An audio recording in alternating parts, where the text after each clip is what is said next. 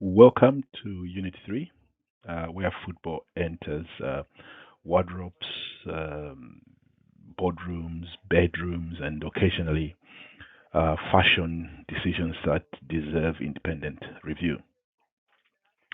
Merchandising enables clubs to transform supporter loyalty into recurring commercial income through product and licensed products. Unlike ticket revenue, retail can trade every day of the year. Sports marketing scholars note that branded products deepen identity while generating cash flow. Uh, Done well, ticket sales, pride. Done badly, it sells only 70% of discount beside forgotten umbrellas. So, why merchandise matters? Now, when supporters buy merchandise, clubs gain more than one transaction. They gain income, the public visibility, emotional reinforcement.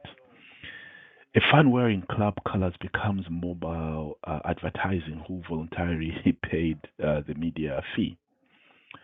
So this is efficient business. Research in sport consumer behavior shows that a tangible product strengthens identification and loyalty. Merchandise also keeps the club present between fixtures. Supporters may forget many things in life, but they rarely forget who they support while wearing the badge in traffic. So why fans buy products, and why do fans buy products? If we can just try to engage with that question. Now, supporters rarely purchase products because they urgently require another mug. They buy identity, memory, belonging, and symbolic affiliation. I'll repeat that. They buy identity, they buy memory, belonging, and symbolic affiliation. So, consumer culture theory suggests that products often communicate who we are and who we wish neighbors to know who we are. So a jersey can represent family tradition, local pride, a glorious season still discussed 10 years later. So this explains why many fans, own six shirts and calmly justify the seventh as strategic. My wife has never understood this, but so anyway, so rational economics occasionally leaves the room at this point. So pricing merchandise. Let's talk a little bit about that now. Pricing merchandise requires commercial logic and emotional diplomacy. Let me put it that way. So premium items may justify higher prices through quality, exclusivity, and prestige. Affordable lines allow young supporters and price-sensitive fans to participate as well. Behavioral pricing research shows that buyers assess fairness as much as numbers. So price too high and stock becomes decorative furniture. Price too low and margins disappear politely. So fans may love the crescent deeply, but devotion still glances at the price tag before checkout. So we continue with you know price merchandise there. So price merchandise requires emotional intelligence as well as commercial intelligence. So prime products justify um, prices through quality, scarcity, and prestige. Entry level items allow younger supporters and lower income funds to participate. So, in many markets, affordable accessories can outperform expensive headline products through volume. So, price too high and stock becomes museum material. Price too low, margins vanish politely, as we stated before.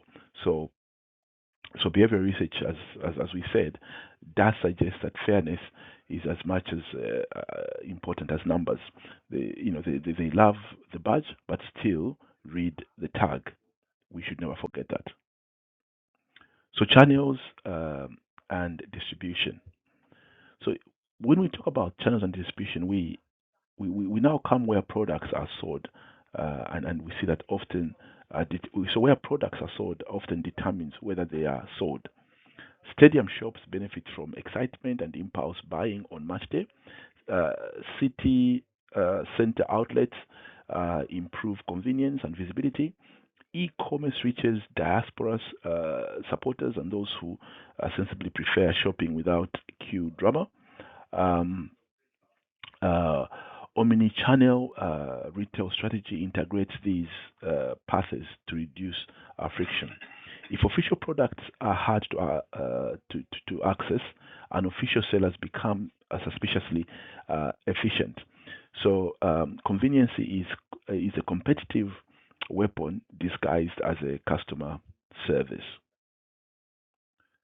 So let's talk now about inventory management. So inventory management is where merchandise becomes mathematics with consequences. If popular items sell out too quickly, clubs lose revenue and disappoint customers or supporters. If too much stock is ordered, cash sits in boxes contemplating existence.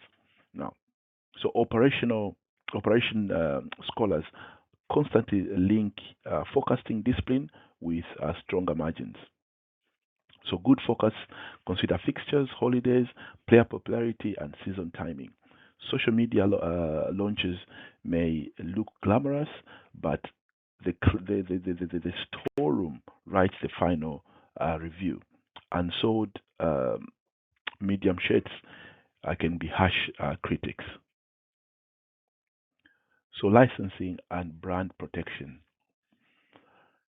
So when we talk about licensing and brand protection, we start to think of how licensing allows approved third party to produce club branded goods in exchange of loyalties and fees. This can this can scale reach without heavy manufacturing investments. However, counterfeit products divert income, weaken control, quality control, and occasionally produce logos that appear drawn during turbulence. So brand equity theory treats names and marks as actually valuable tangible assets. So clubs should therefore protect trademarks and monitor misuse. Legendary badges deserve respect and occasionally legal correspondence. So let's look at the case study that is in the manual now. So MTN Zambia and football brand activation. A useful case from the manual is MTN Zambia and its football related visibility. So major sponsors often strengthen merchandise demand by increasing awareness, campaign activity, and supporter engagement. So when sponsorship and retail align, product interest can rise significantly. Integrated marketing communication theory supports coordinated messaging across channels.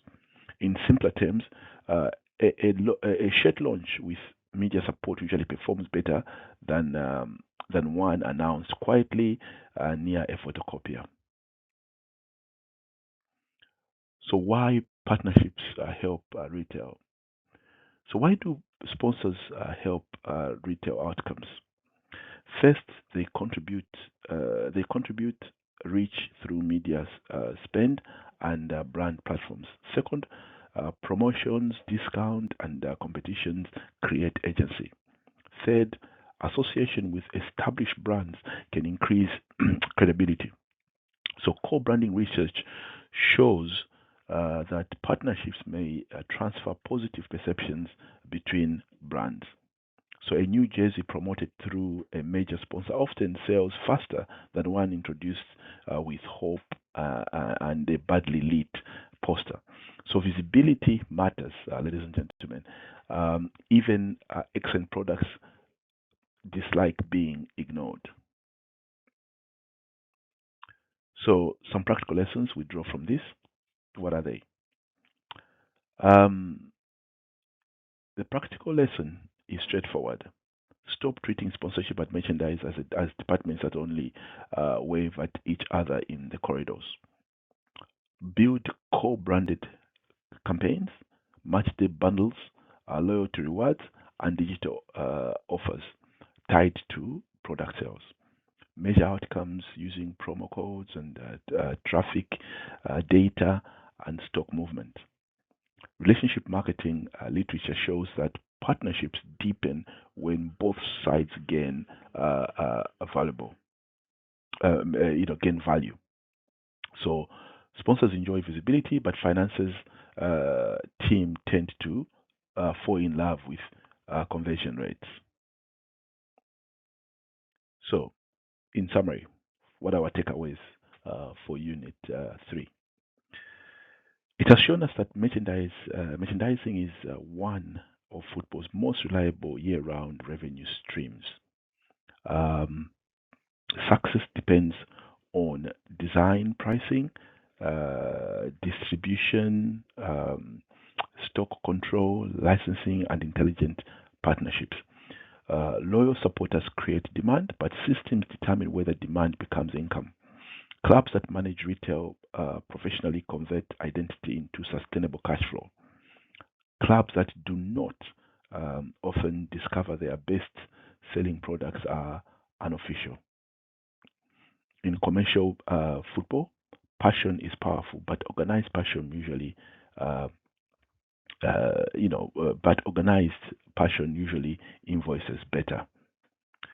So, thank you very much for hearing, and I encourage you to, engage again with one another. Continue to engage with the manual and the tasks that you have on the portal.